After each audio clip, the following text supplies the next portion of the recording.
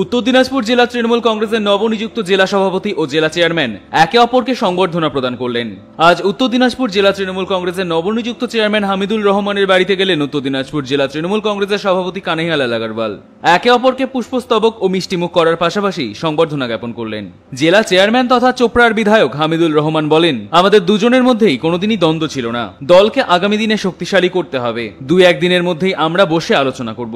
জেলা সভাপতি কানাইয়ালাল আগারওয়াল বলেন, 9টি বিধানসভা কেন্দ্রের মধ্যে 9টিতেই আমরা জিতব।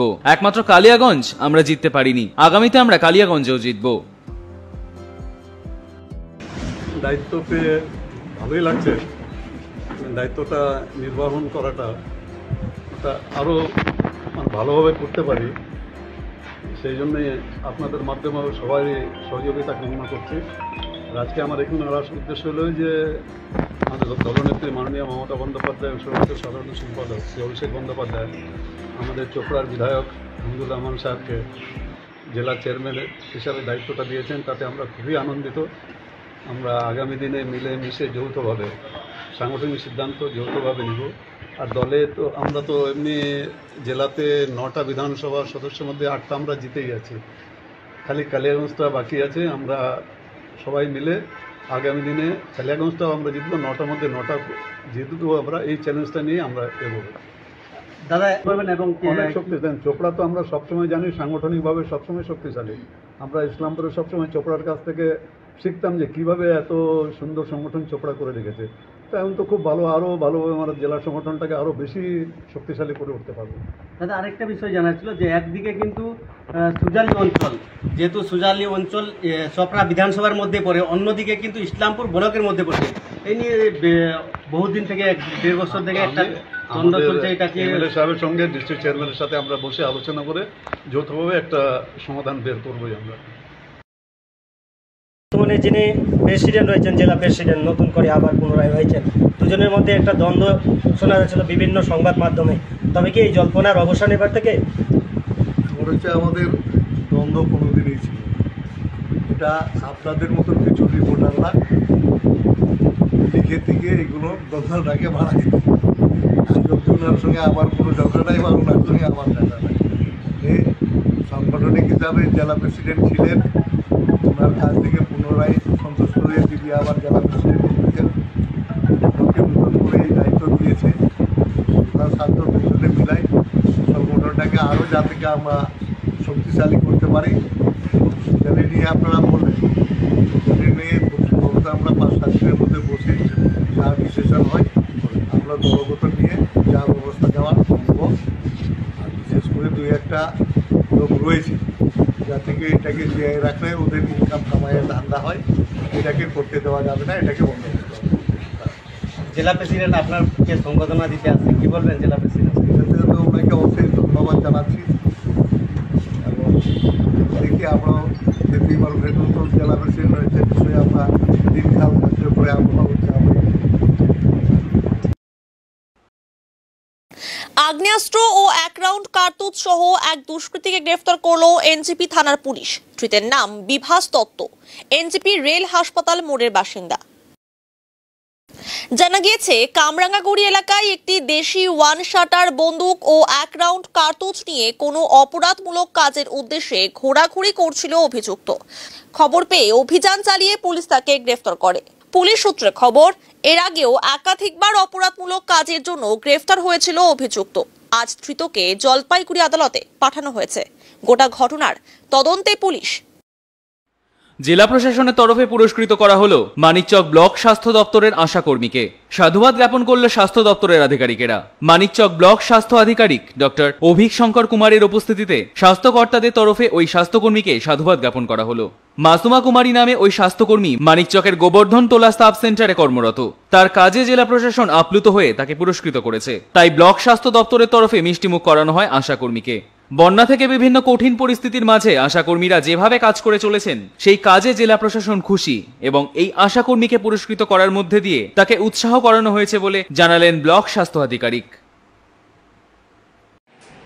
আজ 17 মে 2025 জেলা প্রশাসনের উদ্যোগে আমাদের বিভিন্ন বিভাগে, বিভিন্ন প্রশাসনিক বিভাগে তরফ থেকে আমাদের যারা সরকারি কর্মচারী, আধিকারিক বিভিন্ন group D, group C, group B, group A সমস্ত লেভেলের কর্মচারীদের কাজের উপর ভিত্তি করে, পারফরমেন্সের উপর ভিত্তি করে আজকে মালদা জেলা দুর্গা কিঙ্কর সদনে, মালদা দুর্গা কিঙ্কর সদনে একটি বিশেষ পুরস্কার প্রদান সম্মাননা জ্ঞাপন অনুষ্ঠান অনুষ্ঠিত হয়। তাতে আমাদের মানিকচক স্বাস্থ্য দপ্তরের তরফে বেস্ট পারফর্মিং আশায়ী হিসাবে গোবর্ধনটোলা সাব সেন্টারের আমাদের শ্রীমতী মাসুমা কুমারী দিদি বেস্ট পারফর্মিং আশা পুরস্কার পেয়েছে। স্বাভাবিক আমাদের মানিকচক স্বাস্থ্য দপ্তরের অফিসে আজকে আনন্দের খুশির হাওয়া, এবং আমরা দিদিকে এবং আমাদের সমস্ত কর্মচারীকে এটা থেকে আগামী দিনে অনুপ্রেরণা নিয়ে আরও ভালো কাজ করার নিশ্চয় উদ্যোগ বাড়বে, উৎসাহ বাড়বে, সেজন্য আমরা কৃতজ্ঞ, খুশি। আজকে আমার মানিকচক ব্লকের যে আশা দিদিমণির মধ্যে যে কুসংস্কার দূর করেছে, হোম ডেলিভারি মানে বাড়িতে আর হই না, এখন ইনস্টিটিউশনাল ডেলিভারি বাড়িয়েছে, কুসংস্কার দূর করেছে, তার সঙ্গে বন্যার সময় নিজের প্রাণে ঝুঁকি লাগিয়ে কাজ করেছে। তার জন্য স্টেট থেকে ভালো পারফরমেন্সের জন্য কিছু উপহারের ব্যবস্থা করেছে। সেটা জেলা লেভেলে আমাদের অনারেবল ডিস্ট্রিক্ট ম্যাজিস্ট্রেট স্যার যে মানিকচককে বিবেচিত করেছে, এবং মানিকচকের একজন আশা দিদিমণি মাসুম কুমারী আজকে যে মানে পুরস্কারটা পেয়েছে, এতে মানিকচকের গর্ব, মানিকচক ব্লকের গর্ব, মানিকচক হসপিটালের গর্ব।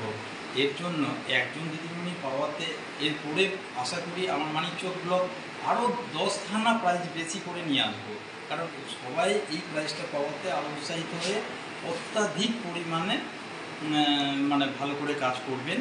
আরও আমাদের সামনে বন্যা আসছে, বন্যা তারপরে যে কোনো প্রাকৃতিক দুর্যোগ আসুক না কেন, আমরা একচটিয়াভাবে লড়াই করব এবং ভালো কাজ করব। আর এরপরে জেলা থেকে হয়তো আরও বেশি পুরস্কার আনার চেষ্টা করব।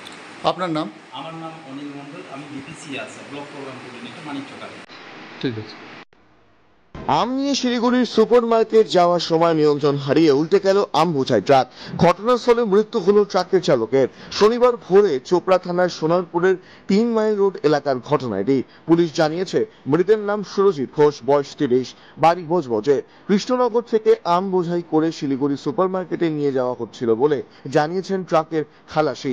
এদিন ঘুমের ঝুলে হঠাৎই নিয়ন্ত্রণ হারিয়ে ট্রাকটি ধাক্কা মারে গিয়ে একটি গাছে। ঘটনাস্থলে মৃত্যু হয় ট্রাক চালকের। খালাসি জানান ঘটনা ঘটার মিনিট 10 আগে তিনি ঘুমিয়ে পড়েছিলেন। সম্ভবত ট্রাকের চালকের চোখ লেগে যাওয়ায় এমন ঘটনা ঘটে। খবর পেয়ে চোপড়া থানার পুলিশ ঘটনাস্থলে পৌঁছায়। পুরো বিষয়টি তদন্ত করে দেখছে চোপড়া থানার পুলিশ। আপনি কি ড্রাইভার না খালাসি? গাড়িতে কি লোড রয়েছে? কোথা থেকে আসছে? কৃষ্ণনগর থেকে লোড করে। কোথায় যাবে? Siliguri super market. Siliguri super market. কি হয়েছিল ঘটনাটা যদি একটু খুলে বলেন। খুলে কি বলবো, যে আমিও তো ঘুমিয়ে পড়েছিলাম। হ্যাঁ, আমি ওকে বলেছিলাম যদি ঘুম লাগে সাইড করে দিই। তা বললো তাহলে তুমি, আমি বললাম তাহলে তুই একটু গান শোন, আমি একটু হেলান দিই। আমি যে হেলান দিয়েছি 10-15 মিনিটের ভিতরেই এরকম হয়। তারপর কি দেখতে পেলেন? তারপর উঠে দেখতে পাচ্ছি যে আমি এই মাঠের মধ্যেখানে এইরকম ডালপালা এসব পড়ে ও আমার ঘাড়ের উপরে পড়ে রয়েছে। হ্যাঁ, আমি আমার করে ঠেলে উঠলাম, হাত পাতে কেটে গেল। আমি উঠে এইখান থেকে দৌড়ে পাশের বাড়িতে গিয়ে আমি লোক ডাকলাম।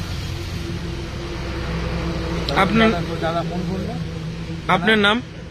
আমার নাম সঞ্জীব দাস। ড্রাইভারের নাম কি? সুরজিৎ ঘোষ। আপনারা দুজন কি একই জায়গার?